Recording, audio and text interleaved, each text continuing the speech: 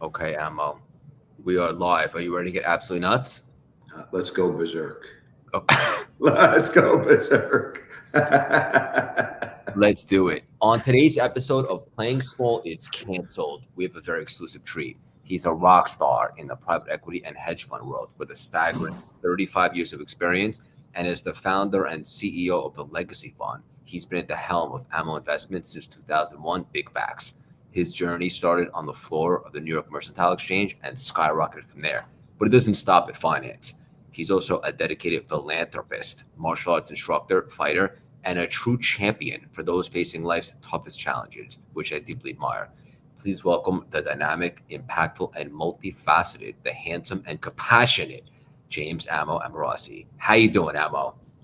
Doing outstanding. Thank you very much for that beautiful intro. Very, But very warm. I'm ready to. I'm pumped up now. we're gonna get berserk. We're gonna go berserk. That's a great word, by the way. We were I use it all the time. same, and not too many do. We were talking before we hit record and went live. We have a lot of mutual friends. Seems like we're in similar circles. Heard some great things about there.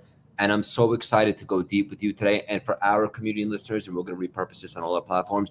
If you're not familiar with Ammo, do a deep dive, play catch up. We're just going to have a lot of fun today, hit on some deep topics. But before we dive in, I have a little icebreaker for you. Are you ready for me? I'm ready, brother. For you, what does it mean to live an authentic life?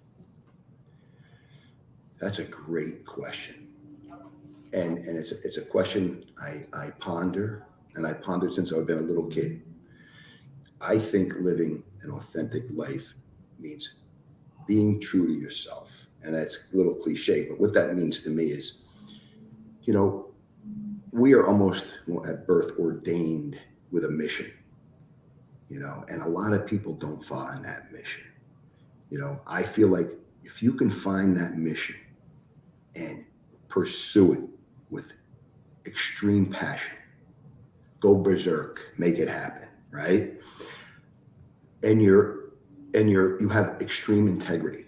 See, in all my businesses, there's one reason I'm in business with all the business people that I am with business: integrity. I love all my partners are family to me. So, having integrity at the end of the day,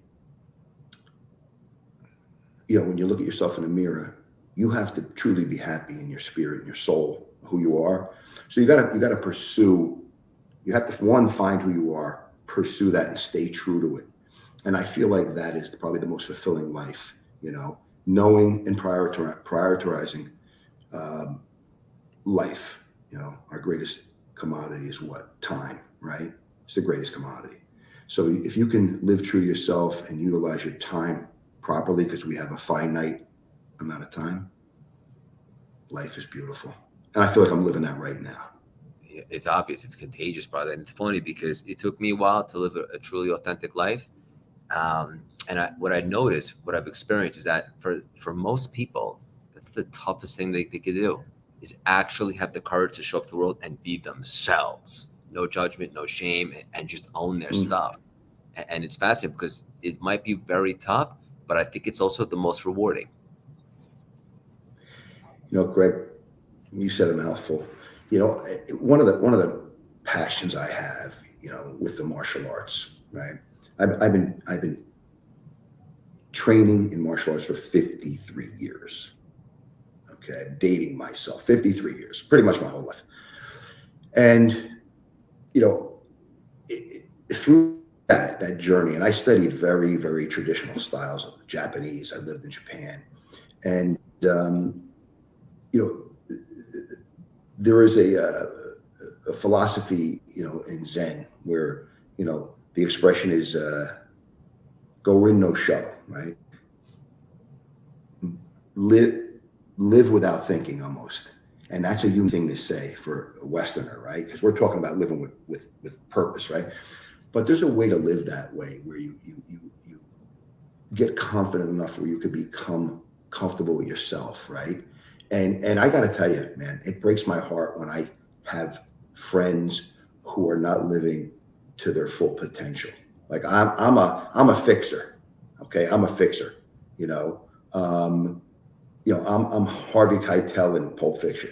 I'm a fixer. Okay. It's a hell of an analogy, Great but it's analogy. true. You know what I mean? To encourage people to live authentically. I haven't found anything more powerful than the martial arts, other than someone who has a religious revelation, right?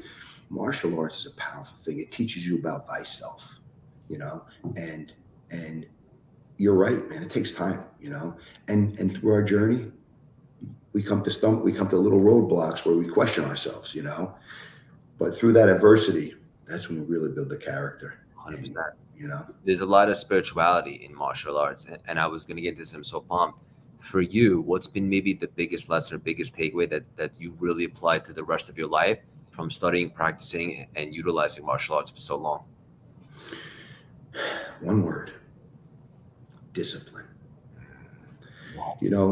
The D's: dedication, desire, discipline. And discipline to me is the most. Anybody who's successful, anybody, you talk to any baller who's top of their game, discipline. They get up every day, do the same thing every day, right? I'm sure you get up, you go train, you prepare yourself mentally, you do a little meditation. That's what I do. I call it BOC, Breakfast of Champions. The same routine, in and out. And people get bored of that. I thrive on that. I try to tweak it and perfect it. You know what I mean? Like I don't think anything's perfect. In all my companies, I do things very democratically. I vote on things. I don't come in and say, this is how we're doing it. I vote. I want everybody to be on board. And I feel when you do that, it creates an inertia, and that circles back to what you're saying about discipline, right? You have to have discipline to execute. So for me, discipline is the most powerful quality that a human being can have. And from there, anything is possible. Avo, you know what's so interesting, brother? Discipline is one of your superpowers. It's also one of mine. And interesting enough, discipline is a superpower that is accessible to anybody, but most people can't get themselves to connect and tap in to that discipline. What do you think that is? Amen, brother. You know what it is, Craig? People in this, especially in the modern times, right? Where we're very distracted by technology, right? I feel like people don't hone in on processes that will facilitate them coming to spearheading them to a point where they are forced to stay focused, to be steadfast, be true to what you're focused on, and push yourself beyond all the distractions and all the insecurities and all the vices. Martial arts is such a powerful vehicle to hone someone. It makes the modest and meek a little more bold. It makes people who are too high strung, calm, peaceful, tranquil. And I think that people need to find processes that will facilitate them honing that skill. Like, again, getting up in the morning, right? Eating healthy. You go out, we eat out all the time, right? I mean, that, dessert tray comes by and you're like, you're salivating, right? You're drooling like Pavlov's dogs, and you want it. And, discipline says, you know what, I had one last night. I let myself one day a week to cheat. Don't do it. And I've been like that my whole life. Like I've been, I grew up in a really unique environment. I sit back and I don't know how I got here, the environment I grew up in. You could have went this way and there was only two ends. If you went to the right, I stayed to the left. And, I think that people really have to find something that moves them. See, martial arts move me spiritually, and I'm not a overly tremendously religious person. I believe in God. I believe in there's no way. I see consistencies in the universe in life that they can't just be by chance. Somebody, something had to do with this. But I am very spiritual, and to me, the difference of the spirit is the man person. You interviewing me today, your spirit's coming out. Mine, you're bringing mine out, right? The soul's a little different, but I think people need to find something they're passionate about, and they can pursue and push themselves over the speed bumps and the adversity, because people quit, right? People quit. That's when you're going to have the greatest blessing. When you get over that hump that's in front of you and challenging you, you'll find something deep within you. The sleeper will awake. Yeah. There's a lot of alignment there, brother. Like, I'm not super religious too, but very, very spiritual. And what you're talking to me about right now, I imagine, is being connected to your mission, right? It's one, and I saw a very alarming stat that only 20% of Americans actually find purpose in the work that they do, which is crazy. That means 8 out of 10 people wake up in the morning and they go about their day. How important is it for you to be connected to the mission? Oh my God. I get up in the morning for that reason. I mean, other than my family, right? I love my family. I'm old school that way. My family comes before everything. I tell people I live around my work. That's what I do, because I work 24/7. I mean, you hit me up on a Sunday. If I'm not doing something specific with my wife or my kids, I'll text you and I'll get back to you. Same. So yeah, exactly. And I feel like, anybody who's going to be a superpower, I call them superpowers. Anybody who's going to be a superpower really has a tremendous influence on people in a very positive way. Has to be that way. You don't shut it off. But, I feel like people don't sit down and find themselves. Martial arts is a journey about thyself, right? It's the good, the bad, the ugly. You confront it all if you take the true journey like I did. And in so doing, you find your faults and you learn to accept them and work on them. But you bridge off your strengths. And the mission to me is everything. I get up in the morning, like my team right now, like I haven't been this excited since I competed, like in martial arts, like that kind of like get up in the morning and rah, like that. I'm fired up in the morning when I get up, and, I can't wait to talk to my team. And all I do is talk about the mission all day. And our mission, we're money focused business, but there's such peripherals where and these peripherals are philanthropic, and they're facilitators to do good, to be motivated. People need to focus on themselves and just sit back. Life is tough. But if you sit back and take a moment and think about yourself, what you're great at, what inspires you, what motivates you, link onto that and grow, grow. Yeah, this is so many places we could take this. I want to hit on all the exciting stuff that you're up to now, but I just real quickly wanted to ask you, because something you said, where you grew up in the inner city, not a lot of money, that's probably being polite, but you said there were two paths. What is the mindset required to be able to rise above and take the path that you did, brother? Great question. Really great question, Greg. I mean, these are phenomenal questions. And I don't always get asked great questions. These are great questions. Thank you. Really, thank you. Two paths for me, right? Growing up in the inner city, it was a lot like the Bronx Tale where I grew up. The movie The Bronx Tale. I was that little guy, you know what I mean? And around a lot of crazy stuff, but in that crazy, we had that old world Italian upbringing, even though I'm only half Italian. My mother's side's American Indian. It's a crazy mix. Really?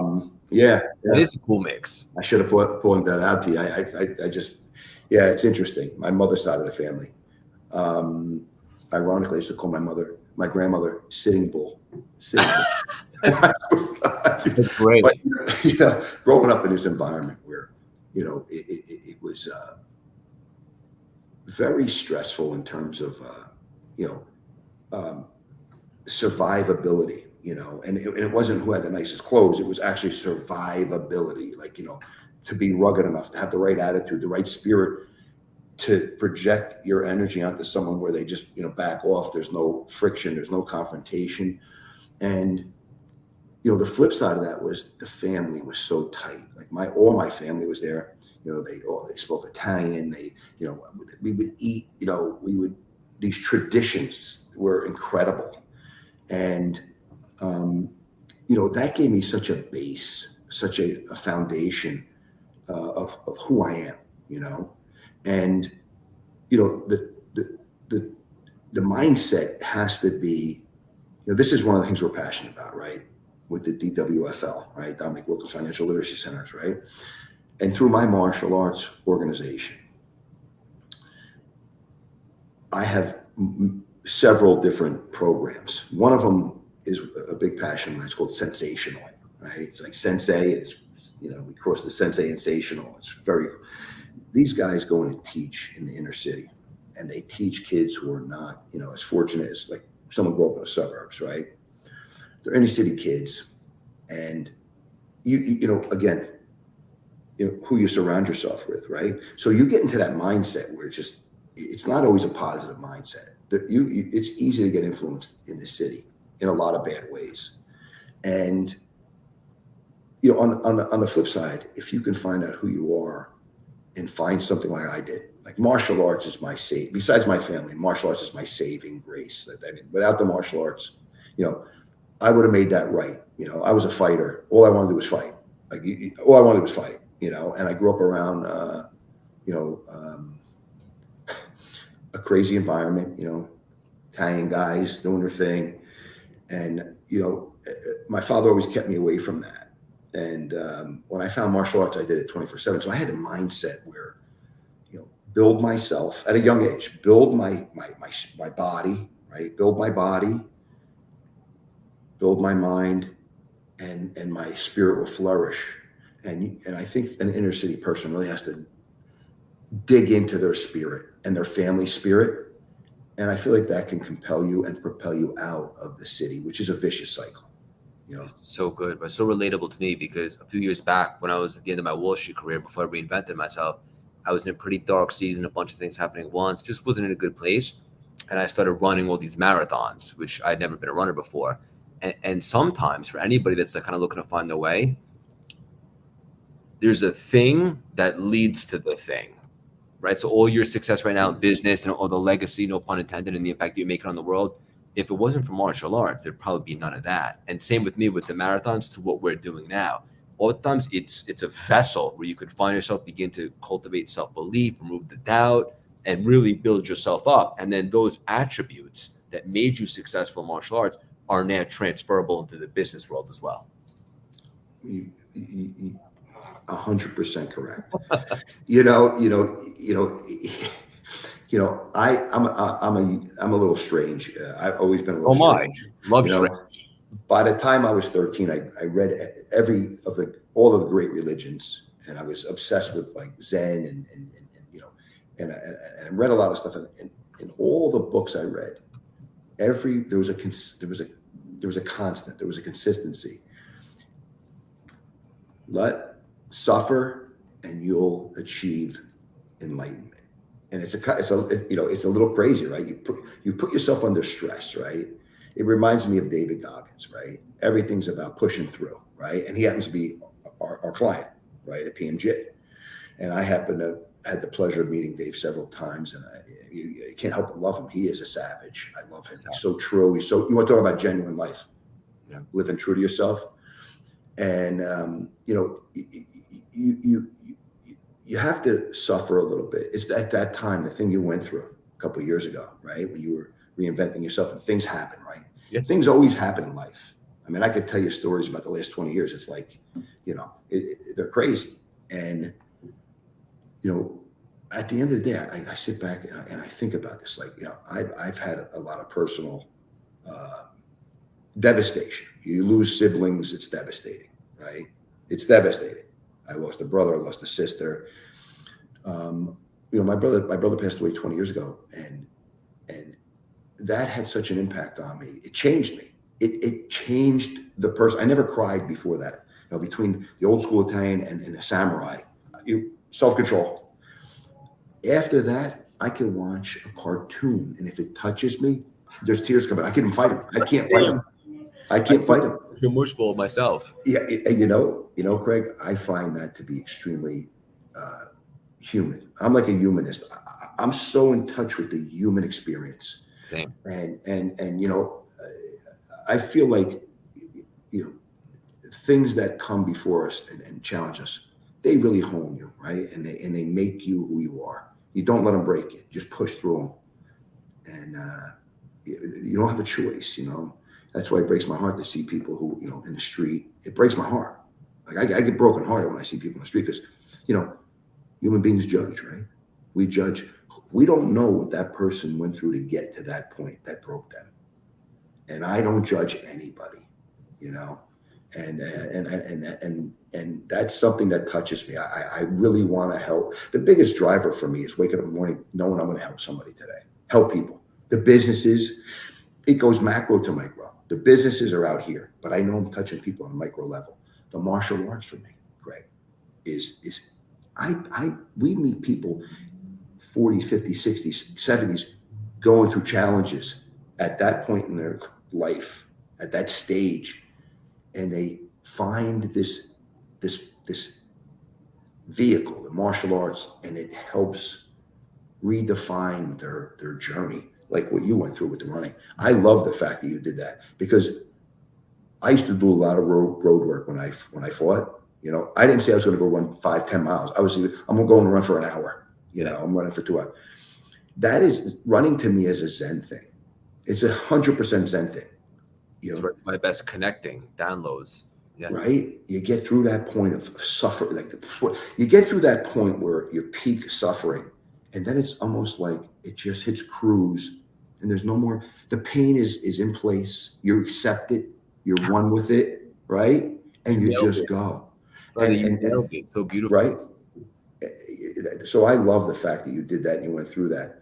And I'm going to say one more thing to that point because I feel like it, to touch people, right? It's never too late to reinvent yourself. Never. Gary Vee talks about that a lot. I respect that guy. And Darren's very close with him, my partner, Darren Prince. Very close with Gary. He talks about Gary a lot. Gary, you'll hear him talk about it doesn't matter what age you are. I hear him say it all the time, as he's MFing, right? I don't care what age you are. It's never too late, right? Was it Colonel Sanders with Kentucky Fried Chicken was in his 60s? Ray Kroc, McDonald's. Yeah. I mean, it's never too late. No. So, push, man, push through. It's the mindset, and it doesn't take time. It just takes alignment, being connected to what you're doing, and I couldn't agree more. I'm actually training for the New York City Marathon now.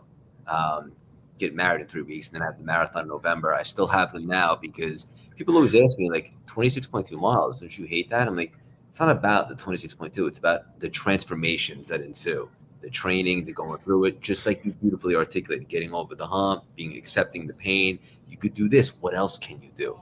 It's just a beautiful thing. And I would encourage everybody, maybe martial arts isn't your thing or running marathons, but find something where you can really connect to and challenge yourself. And yes, this just leaving your comfort zone creates miracles. 100%. Life is challenging, but you push through those points. You watch Goggins, run 100 miles, right, with like a broken ankle. See, that's the thing about him. Like it's never normal. Like he's a broken ankle. I mean, the dude is just. That's how I trained. Like I trained in the martial arts it was beyond like Navy SEAL training. It was like torture. But man, let me tell you, I say this humbly because life can humble you, but I say it humbly because it has humbled me many times. I can't be broken. You cannot break my spirit. You can break my back. You can break my arm. You can break my bank account. You're not going to break me, my spirit. And that I feel is the greatest compelling force in the world is your spirit. Like your spirit to put tremendous podcasts on, to interview people with phenomenal research and, I mean, phenomenal questions. That's your spirit, man. And, that's conveyed, that energy, is transferred, and you inspire people, and to me, that's the most powerful force. You can Thank inspire people. I couldn't agree more. Couldn't love this conversation more. Thank you. My Shifting pleasure. gears for a second, I want to talk about the legacy fund. I think it's a beautiful concept. I'd love to share with our listeners and so forth. What is the essence of the legacy fund? What is it all about? Why are you so excited about it? Okay. So the Legacy Fund is a private equity fund. Okay. It is it's a unique fund in terms of, we focus on opportunistic investing, and we love, we love finance, technology, fintech, healthcare, wellness, consumer, um, um, AI, insurance we're in, hospitality, consumer goods. So these are some of the industries we focus on.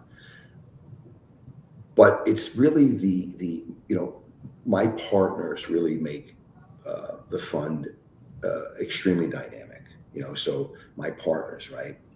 You got Dominique Wilkins, right? NBA Hall of Fame legend, right? Legend, right? Neek, just talking to Neek on a daily basis. Like, he grew up just like I did, grew up in the inner city, in the hood, fought his way out through basketball, discipline, right? Mindset. He is such a unique person and such a beautiful person. I went down to see him in Atlanta in the ATL like 2 weeks ago. We were hanging out. We spent like 6 hours. He's like, Amo, this is the longest meeting I've ever had. It was crazy. But we had a marathon talk. Like, it was more about life. We talk about life, the kids, I have a autistic, a 14-year-old is autistic. He has 2 daughters that are, and, again, one of the things I'm passionate about, these other programs. So getting up and getting the opportunity to talk to a guy like him who's achieved such success, and yet he's so humble. Man, we walked through an airport, or we were in a hotel walking through. He said hello to everybody, and not just like a rush him, like I'm in the middle of a conversation when he just fades away and starts talking, he embraces people, and he is a true inspiration. Dominique is a force that's going to be so powerful. I told him yesterday, I said, everything you've ever done has led up to this point. Like, this is, you're going to be next level on influence that you could have never dreamed of. He's what we call the ambassador for the fund. He's spearheading, he's director of athletics of the athlete division. And, with that component of the fund, we're going to take athletes in, celebrities, and statistically speaking, right? I'm an economist by education, and an analyst by trade, and a trader and a PM. So I apply that to everything, and I had to do research. In many different leagues in professional sports, 80% of athletes, 80% of these ballers experience economic hardship, or go broke within 6 to 8 years. And that's more basketball.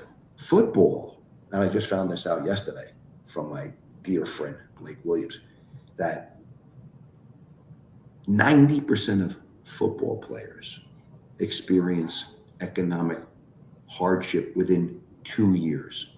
When he told me this yesterday, we were supposed to talk for a half hour. We talked for an hour and a half. Yeah, it's just one of those guys. Like, I was pushing meetings off just because he intrigued me so much. Like, he's one of those guys like you. Like, I couldn't get off the phone with him, and he's like, Amo, 90%. I go, that's got to change.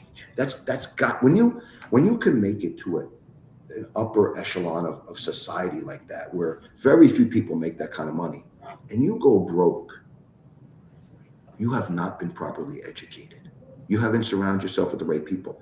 And that's what the component of the Legacy Fund with Dominique is all about. Taking these people in, educating these athletes, right? Teaching them about mindset, I'm going to get them positions. If they invest in a fund, they get positions in the companies that we own, whether it's a board of directors, board of advisors. It could be a GP position. It could be a representation position, a marketing position. But we're gonna really let them become whatever they want: entrepreneurs, business people, investors, right? And they can transition out from their career, like you were saying, into the next career. Because you think about it, right? As the wise old Darren Prince always says to me, my partner. We'll talk about him next. He's like, Amo, he said this to me once and it always stayed in my head. And it's probably, other people have said it, but he said it to me one day and it just hit my head. And I think he said it to me when we were in Hawaii with Magic Johnson having breakfast way back, like probably 25 years ago. And he's like, Amo, athletes die 2 lives. And I thought about that, and it hit me. It was profound. It was a profound expression. It wasn't cliche to me. It was profound. And I said, Dad, you're right. I said, I didn't experience that because when I came back from Japan, I went right into business. I started a business with a friend of mine and we sold it for I had no money. I was poor, grew up poor, right? We sold it for like $4 or $5 million. And it was all the money in the world, right? And I took that and just parlayed it into the next thing. Then I started learning how to trade and a lot of these athletes don't have that, right? So you're at this pinnacle where you're getting such a rush every day. Just going to practice, you're with these ballers. These are top, 0.5% of the society, right? You're with them. You've made it, and yet they're not being taught about financial literacy. They're not being taught about surrounding yourself with the right people, right? Having the right, going right back to what you said, mindset, right? Mindset. So we want to take them, teach them so they don't die 2 lives. Darren said they die 2 lives, right?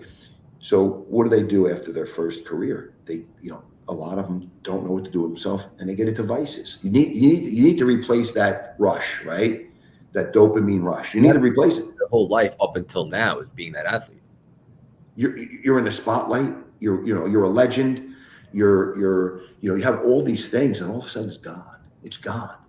And in that same meeting, Magic had such a profound influence on me. I'll never forget it. We were in the Ilakai in the big island in Hawaii, and we were having breakfast. And I said to him, I'm like, I said, Magic, how did you really? What did you do? Like, after sports, like, I go, what do you do for fun? I work. What do you do for a hobby? I work. What's your leisure? Work. And I went, I could relate to that, right? So he took what he did on the court, right, and applied it to work, like what you said before. You alluded to that. A lot of them don't have that. And what do? They replace that rush with vices, gambling, drinking, and all the other stuff that come along with it, right? So if we can transition them, and Nick's been doing this for decades, right? He's still a VP of the Hawks. I mean, he's still in the game, this guy.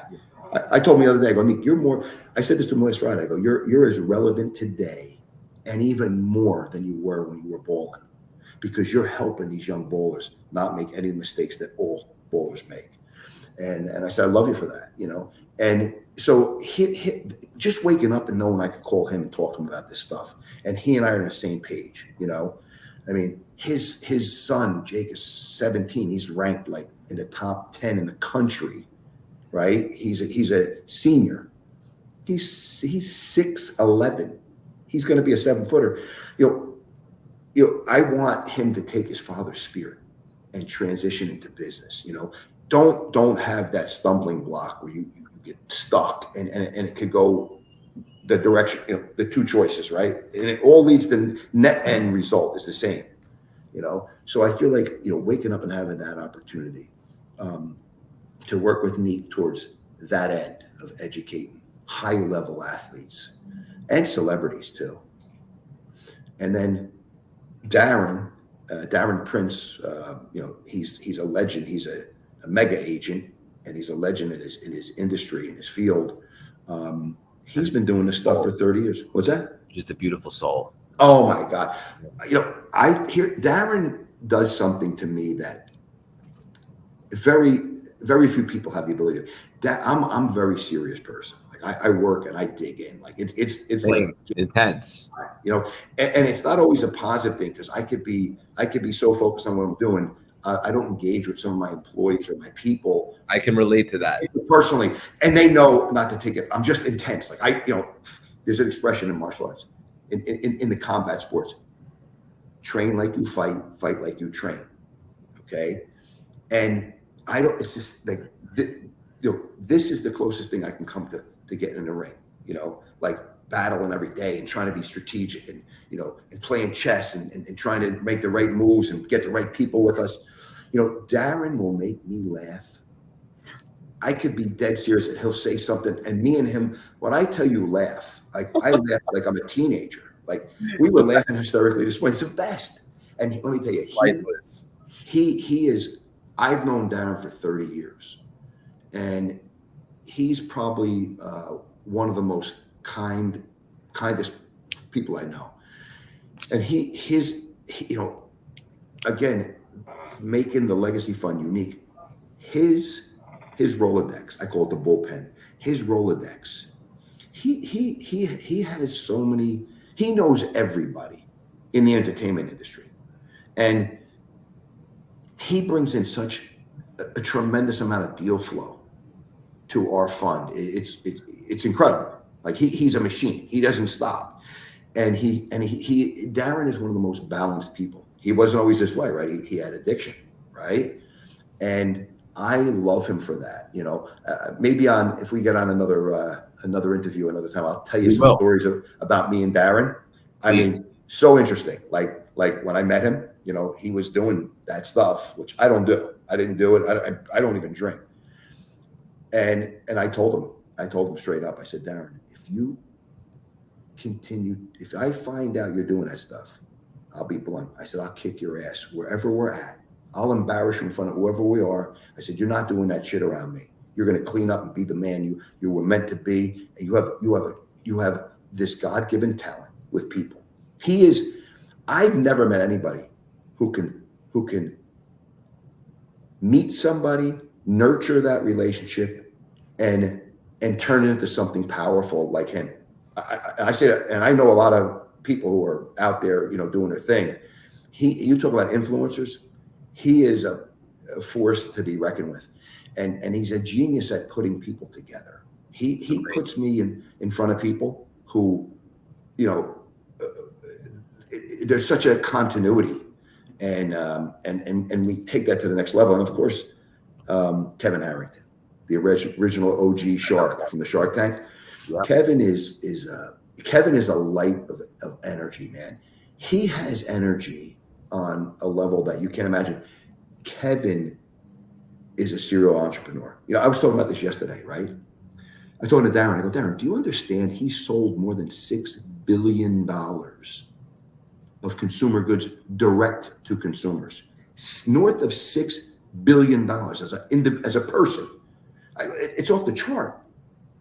So, Kevin is at a stage in his life where he's really enjoying life.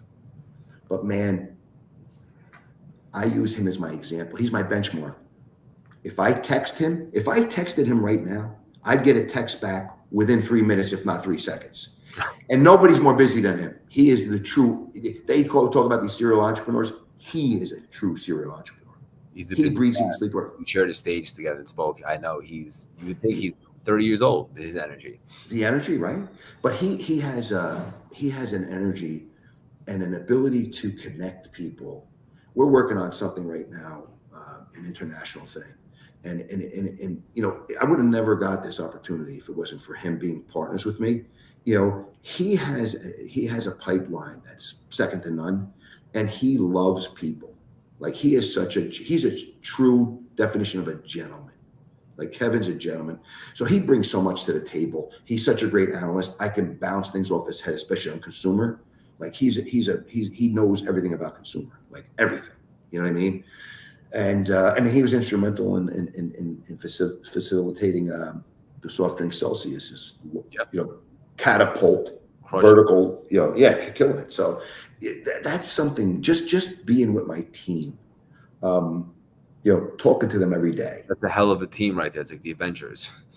Craig, it's funny. I'm going to tell you a quick story. All right. Please. I got to tell you this. Let's do it. Me and Kevin went to see a Hawks game with down see Neek, right? Dominique. We went in, we saw the owners, we're hanging out, and Kevin has celebrity, he's a celebrity in his own right. He's well known. And, we were, in the owners, suite and having, food and we walked out onto the court, and he looks at me, he goes, Ammo, if we didn't have these pictures and recordings, no one would believe we did this.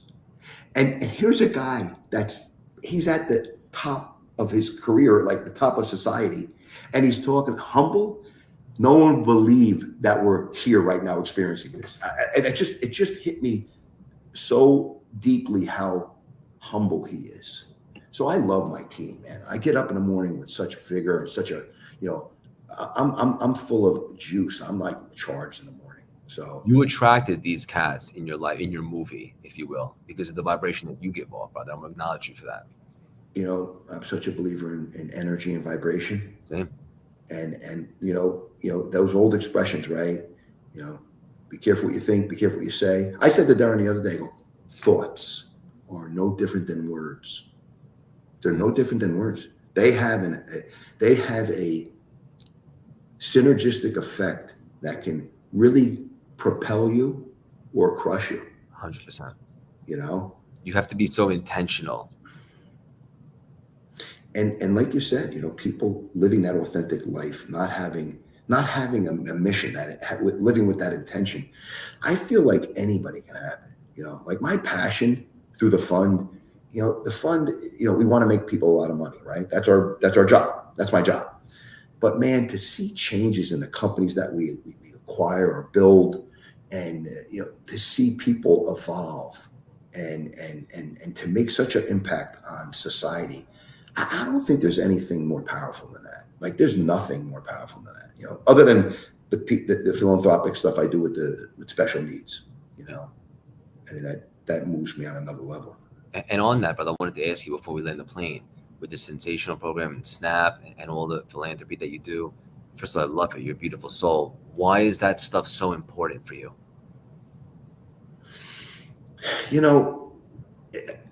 Circle back to our original question, living authentically. My mission has always been to help people. Like since I've been a little kid, I've been a helper. Growing up, my parents were the same way. Like people would be living in our house. We would take relatives in, and not even relatives. We call them cousins, right? They would come live in my house, not for a week, for a year, 2 years, 3 years. And I think my parents' spirit, really impacted me on a fundamental level where I have to get up and know I'm going to help somebody. I'm all about helping. Life becomes boring to me if I don't have a purpose, a mission to help somebody or a company, right? Because I know the company's the macro effect. And I like that. The bigger, the better, because I know there's more people working there. I know there's more people going to be influenced, And, I only like getting involved in projects that I know are going to have a tremendous impact on people and society in a positive way.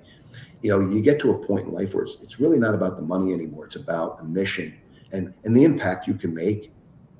That's a legacy. Your kids looking up and saying, man, my father was a good guy. He really cared about people, and I almost get choked up saying that because I feel like everybody can have that mission, go find your mission. And I feel like when you have that juice to get you up out of bed in the morning, there's days I want to crawl out of bed, but I think about it, I'm like, you have responsibility, dude. You got things to do. You got a mission, God could take you tomorrow. Get it done today. There is no tomorrow. There's only the now. Brother, I study different types of motivation, and the number one, the strongest source of inspiration and motivation is being connected to your mission. And nobody exudes that more than you, brother. I appreciate that. Other than you. other than you, my friend. Awesome, man. Um, Before we hop off, I have a couple of fun rapid fire questions, but real quickly Sure. for our community and so forth, what's the best way for everybody to support? I know they're going to want more of a piece of you and so forth. How can they stay involved and see what you're up to? Well, they can hop on our website. Go to our website. It's called thefundlegacy.com. Thefundlegacy.com. You can hop on there. We have so many missions. I'll stick with that one email because I don't want to confuse people. We have so many different companies, but my martial arts, the PMG, and it keeps going, and the Harrington Group. I mean, everybody does powerful things, but the Fund Legacy, they can get in touch with us. They can hit us up. We get back. We'll get back to you quickly. We're doing a what I call the launch pad on our website. It's going to be for seed stage, early stage entrepreneurs who want to scale up, and I'm extremely excited about that. Because again, connecting to your mission, right? So they can hit us up on that, and we'll get back to them quick. I love it, brother. Put all this stuff in the show notes. Before we hop off, a little rapid fire, maybe 1 or 2 word answers. Let's have a little fun. You ready for me? I'm ready, brother. Favorite movie? Dune. Wow. Okay, good. The recent one, obviously. Yeah, but I read the books when I was a kid. Yeah. And it actually changed my life. Really? Yeah. It changed my life. Discipline, the discipline of the Freeman, how they lived. I connected to that. I would read. I was a voracious reader as a kid, voracious. And I probably have 1,500 books in my library now. And Dune, I could have said The Godfather and all the other ones, but, Dune. Okay. Dune. Second question, piggybacking off what you just said, your favorite book? I got to tell you, I love The Art of War, and not for the war part. That's not it. It's really not about war. It's about contemplating life at each moment, each stage. There's something bigger than what you're seeing, right? We have this micro view. There's something bigger. So I love that, and I love the Book of Five Rings by Miyamoto Musashi. One of my personal favorites of all time. When I first started studying personal development NLP, my teacher gave that to me. I was like, why am I reading this? And I read it probably 5 times. Unbelievable. Great book. I mean, I think a lot of people probably don't know about that one. Yeah. It's another great one. It was around when I was on Wall Street, in hedge fund business. This is for leadership, right? Leadership Secrets of Attila the Hun. You never heard of that one, right? I'm writing it down right now. Let me tell you, it's these short little almost like proverbs. They're little Zenisms, boom.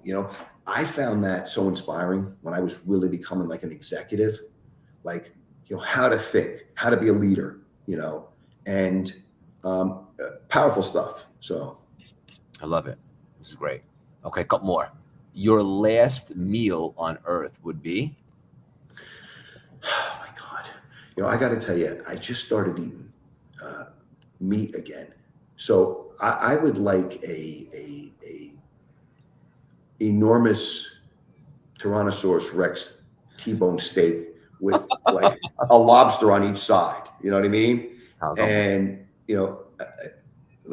garlic mashed potatoes, roasted asparagus with a little lemon and olive oil, and mushrooms. I'm good, brother. I'm good with that. Perfect. Okay. Your favorite guilty pleasure? Oh my God, chocolate. Oh, same. Chocolate. I just did that genetic testing, right? So I got that MT, the MFR. Yeah. I have it, right? So they give you all the foods you can't eat, right? And Darren's been telling me to get this for a long time. Brecca and all those guys, right? Yeah. I can't have cacao, chocolate. I'm like, you know what? I'll die then. I would have cacao, like organic cacao powder every day. I put it in my shake. You know what I mean? Yeah. I absolutely love chocolate, like a chocolate lava cake. bury me in it. I'm good. Speaking to my soul right now, chocolate lava cake. My goodness. Okay, I love the alignment, by the way. By that. Okay, final one. Morning ritual essential. BOC, breakfast of champion. Wake up the same time every day. This is a tough one, and I'm trying to overcome this, right? Because don't look at the phone. Focus in on you. Focus in on what you like to. I like to meditate for a few, just to clear my, get myself present, right? Yep. I like to train. I like to train fasted because I'm clear-headed, right? Maybe do a cold plunge, right? All part of the BOC, right? I like to do cold plunge before you train. That's more healthy, just so you know, right? And then train. When I'm done, I like to sit and kind of lament on my day. What are the three most prominent objectives for today? Because I get pulled in so many directions, right? I'm on the phone all day long, people grabbing at you. And I try to hone in on getting those three things done that are going to move mountains, move mountains. And it might be a micro thing that is going to have a residual effect like a tsunami. But those three things, and I like to focus on them as I go into the shower. I like to focus on them and almost use them as a mantra, I love it. I'm gonna say, what do I want to bring the world today? What do I want to be today? What else is possible? Just puts you in that frequency of thinking outside the box. Unbelievable. And one other thing to that point, I lost a brother and a sister and a father to cancer, right? So cancer is a human experience for me that is. Sorry to hear that, brother. My dad's battling now. Thank you. And I pray for him. Thank you. I pray for you and him because you're going through it too. Your family. So, that when someone tells you you're sick, okay, don't ever think you're going to die. You push yourself. You believe your mindset. I've studied this stuff my whole life. You can overcome. I thought I was going to die in 2017. I got sick. I was in a hospital. I said, get them out of my arm. And I went out and started doing a martial art that I created. Right. It took a while, but I got healed. And don't think. And I thought I was going. And I never thought I thought I was invincible at that point. Don't think that's the end. The C word. I call it the C word. Right. Someone hits you with the C word. You're like, oh, death. No. You're gonna live. You're gonna live. And and my dear friend Jim Poole, who owns a company called Newcom, they're neuro Familiar. Phenomenal. Huh? Are you familiar with it? Yeah. Familiar with him. And the reason I name him, I'm not even plugging him, I'm being honest. He is such a genuine person. He and Darren and I were having a talk the other day, we were chatting. He told a group of people who were told, they have cancer and it's not a good thing. And he told them all, don't listen to anything you say. You're living and this is, and he told them how to de-stress. So, get yourself in a right mind. Again, circling back to exactly what you said, mindset. What's the right mindset to get out of the hood, out of the city? What's the right mindset to get out of anything that pulls you down? Push through, believe in yourself, develop your purpose. Choose a different narrative. What can go right instead of everyone focus on what can go wrong. Yeah, 100%, right? It's so easy to be negative, right? Yeah. It's like walking down the street. It's easier to say hello to someone than it is to ignore him. And you could change someone's day or life just by saying hello. Just by saying hello to somebody. You can literally change your reality today by changing the energy that you're bringing to the world. 1,000%. It's not that hard. It's really not that hard to be a huge influence on the people around you and people you don't even know. Love is the key. I was a warrior my whole life, man. It was always war. My brother died. Everything became love for me. Love. I cry with people now. I cry.